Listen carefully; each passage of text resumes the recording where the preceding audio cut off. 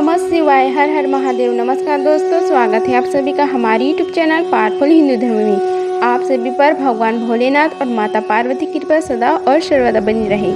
आज हम आप सभी को श्रावण मास में शिव महापुराण के रुद्र संहिता के तृतीय खंड में कथा अध्याय 17 का श्रवण कराएंगे, जिसमें वर्णन है शिव क्रोध अग्नि की शांति।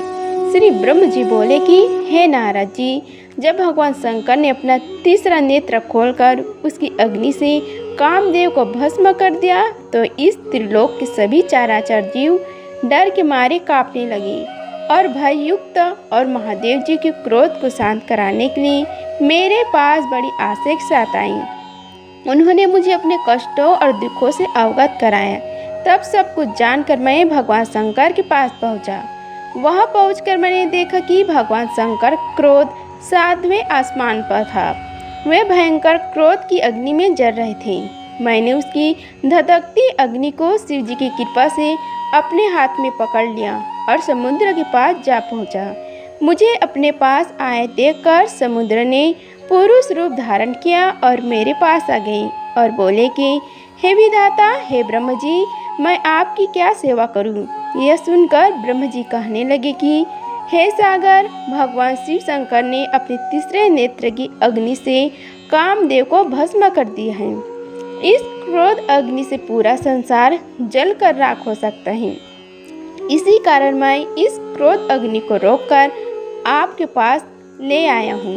हे सिंधुराज, मेरी आपसे यह विनम्र प्रार्थना है कि सृष्टि के प्रलय काल तक आप इसे अपने अंदर धारण कर लें।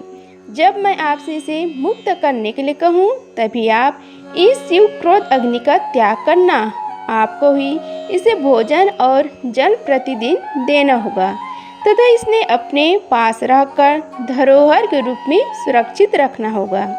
इस प्रकार मेरे कहे अनुसार समुद्र ने क्रोध अग्नि को अपने अंदर धारण कर लिया और उसके समुद्र में प्रविष्ट होते ही समय पवन के साथ बड़े बड़े आग के गोलों के रूप में क्रोध अग्नि समुद्र के पास धरोहर के रूप में सुरक्षित हो गई।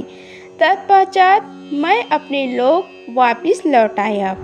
श्री ब्रह्म जी कहते हैं कि हे नारद जी, जब भगवान शिव ने अपना तीसरा नेत्र खोलकर उसकी अग्नि से कामदेव को भस्म कर दिया, तब मैंने उस क्रोध अग्नि से भयभीत देवताओं सहित सभी प्राणियों को भय से मुक्ति कराने के लिए उस अग्नि को शिव की आज्ञा से पकड़ लिया और उसे लेकर मैं समुद्र तट की ओर चढ़ पड़ा। समुद्र को उस अग्नि को सौंप कर मैं वापस अपने धाम लौट आया।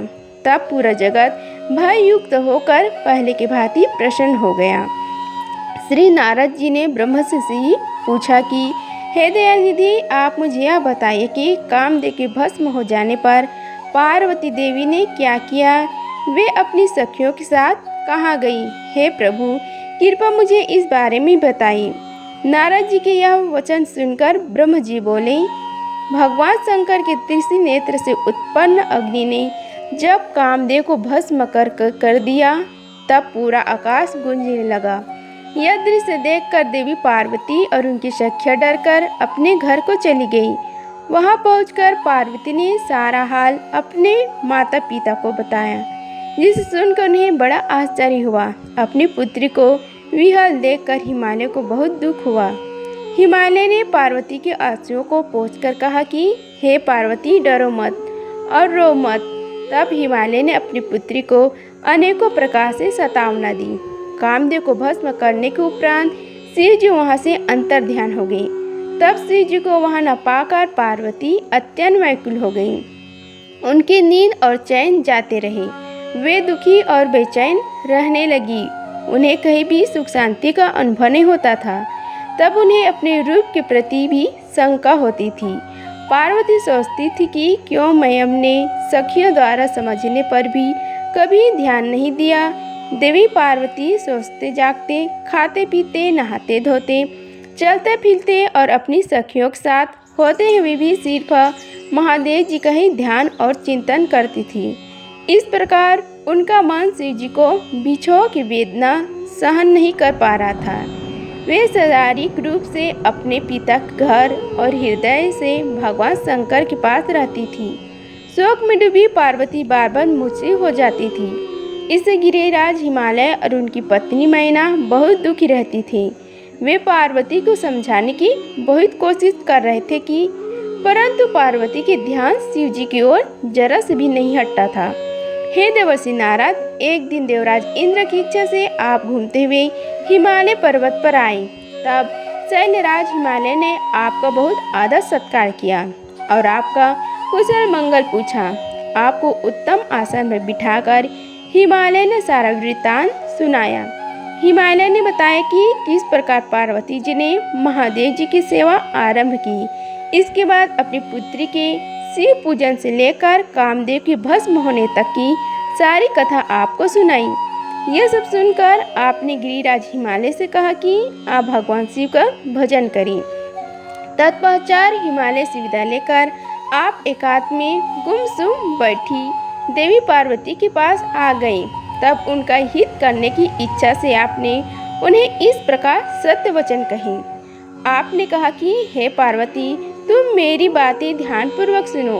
तुम्हारी यह दशा देखकर मैं तुमसे यह बात कह रहा हूँ। तुमने हिमालय पर्वत पर पधारे महादेव जी की सेवा की, परंतु तुम्हारे मन में कहीं न कहीं अहंकार का वास हो गया था।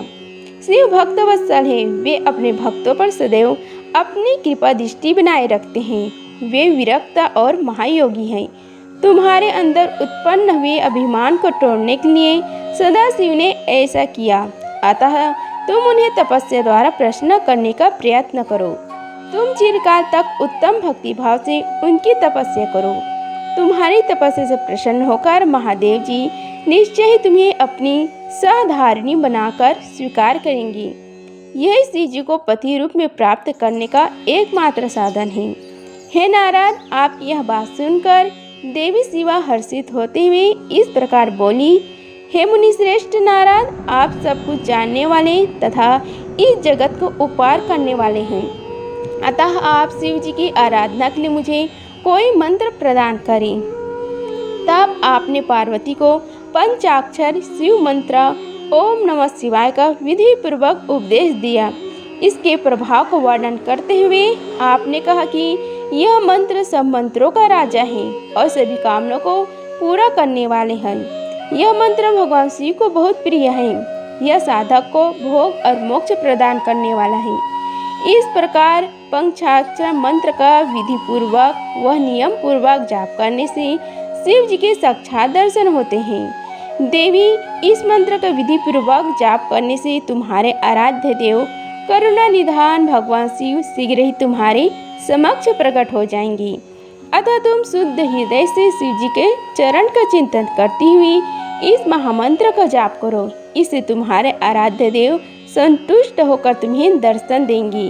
अब देवी पार्वती, तुम इस मंत्र को जपते हुए शिव जी की तपस्या करो। इससे महादेव जी वश में हो जाते हैं। उत्तम भाव से की गई तपस्या से मनवांछित फलों की प्राप्ति होती है। ब्रह्म जी बोले कि हे नारद, तुम भगवान शिव की प्रिय भक्त हो। तुम अपनी इच्छा अनुसार जगत में भ्रमण करते हो। तुमने देवी पार्वती को सभी कुछ समझाकर देवताओं के हित का कार्य किया। तत्पश्चात तुम स्वर्गलोक को चले गए।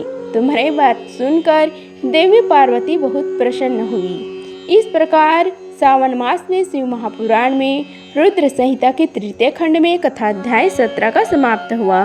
बोलो श्री शंकर भगवान की जय। अगर आप सभी को यह वीडियो अच्छी लगी होगी तो वीडियो को लाइक कीजिए, चैनल को सब्सक्राइब कीजिए और कमेंट बॉक्स में ओम नमः शिवाय लिखिए। धन्यवाद। मिलते हैं अगले वीडियो में। तब तक के लिए हर हर महादेव।